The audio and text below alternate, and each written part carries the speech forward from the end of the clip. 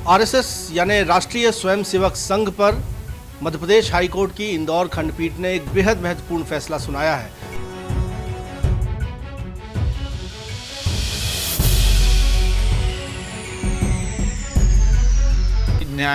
ये जो है विधायिका के द्वारा बनाया गया कोई कानून नहीं है। ये एक परवाना है, एक फरमान है जो सरकार ने जारी कर दिया और न्यायालय ने इस बात को क्रिटिसाइज़ किया है, इस बात को कहा है कि इस प्रकार से परवाने जारी करके कानून न बनाए। उस आदेश में कहीं आधार दिया है, कोई तर्क दिया है कि किसी संस्था, किसी संगठन या आरएसएस के द्वारा ऐसी कोई गतिविधि की जा रही है जो देश के विरोध में हो। इस नॉन पॉलिटिकल ऑर्गेनाइजेशन को आप एक ऐसी संस्था पर किसी को भाग लेने से प्रतिबंध लगा देते हैं। आरएसएस यानी राष्ट्रीय स्वयंसेवक संघ पर मध्य प्रदेश हाईकोर्ट की इंदौर खंडपीठ ने एक बेहद महत्वपूर्ण फैसला सुनाया है। कोर्ट ने तल्ख बड़ी टिप्पणी करते हुए कहा कि केंद्र सरकार को अपनी गलती सुधारने में 5 दशक का वक्त लग गया और कोर्ट ने कहा कि आरएसएस पर लगाया गया बैन, उसकी गतिविधियों में शासकीय कर्मचारियों अधिकारियों के शामिल होने पर लगाया गया प्रतिबंध पूरी तरह से मनमाना था। ये बेहद महत्वपूर्ण फैसला है। 18 पन्नों का एक जजमेंट इंदौर खंडपीठ ने जारी किया है मध्य प्रदेश हाईकोर्ट की, और इस फैसले को बारीकी से समझने के लिए इस वक्त हमारे साथ जाने माने अधिवक्ता पंकज दुबे जी हैं। आपसे मैं जानना चाहूँगा पंकज जी, कितना महत्वपूर्ण ये आदेश है और आरएसएस को लेकर बार बार ये चर्चाएं सियासी भी होती थी, लेकिन जब अदालत में ये मामला पहुंचा तो कोर्ट ने क्या टिप्पणियां की हैं बड़ी इसमें? देखिए पांडे जी, न्यायालय का जो कार्य है वो ये देखना नहीं है कि कोई पॉलिटिकल एक्टिविटी से एफिलिएटेड कोई संस्था है कि नहीं है। न्यायालय का ये कार्य है कि वो ये देखती है कि कोई व्यक्ति न्यायालय के समक्ष आया है तो उसका विषय क्या है। इस मुकदमे में जो व्यक्ति न्यायालय के सामने गया है वो ये कहता है कि मेरा मौलिक अधिकार है कि मैं एक ऐसी संस्था में कार्य कर सकूं, अपनी सेवा दे सकूं, अपना पार्टिसिपेट कर सकूं, भाग ले सकूं, जो कि एक कल्चरल एक्टिविटी या शैक्षणिक एक्टिविटी या जनता की सेवा में कार्य कर रही है। परंतु एक आदेश है 1966 का जो मेरे रास्ते में आता है, इसके कारण मैं उसमें भाग नहीं ले सकता।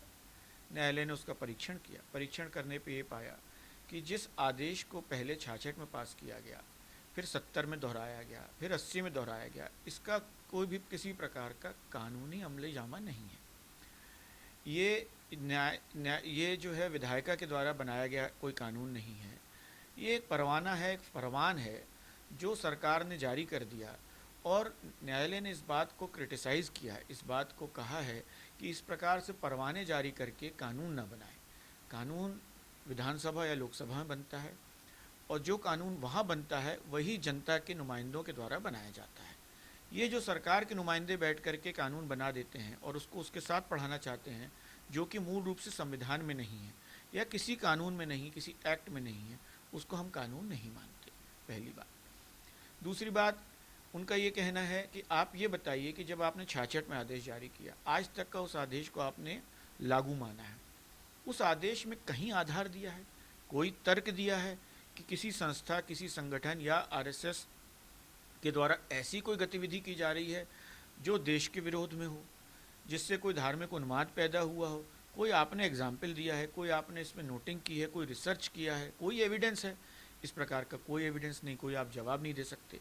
तो जब कोई आप जवाब नहीं दे सकते, कोई तर्क नहीं दे सकते, तो इस प्रकार का परवाना, ऑफिस मेमोरेंडम या सर्कुलर कैसे हम अलाइव रखेंगे? हुआ ये कि मुकदमा चलने के दौरान केंद्र सरकार ने 1966 के अपने इस परवाने को, इस ऑफिस मेमोरेंडम को विड्रॉ कर लिया। लेकिन माननीय न्यायालय ने इस पर विचार किया कि आप किसी संस्था के विषय में ऐसे परवाने जारी करते हैं, पूर्व में हुआ, आगे चल के भी आप कर देंगे। अब जब आगे चल के आप कर देंगे तो आपको इस बात को देखना पड़ेगा कि क्या आप आधार दे रहे हैं, कोई तर्क दे रहे हैं, आपके पास में कोई एग्जाम्पल है? कुछ भी नहीं है। जब नहीं है तो आप इस नॉन पॉलिटिकल ऑर्गेनाइजेशन को, जो कि सेवा कार्य में भाग लेती है, जिसके सबसे ज़्यादा कार्यकर्ता हैं, स्वयंसेवक मतलब कार्यकर्ता, पूरे पैन इंडिया में, पूरे भारत की सबसे बड़ी ऐसी संस्था है जिसमें सबसे ज़्यादा मेंबर हो, आप एक ऐसी संस्था पर किसी को भाग लेने से प्रतिबंध लगा देते हैं। उस व्यक्ति का मौलिक अधिकार है कि वो जा कर के अपनी सेवा दे कहीं।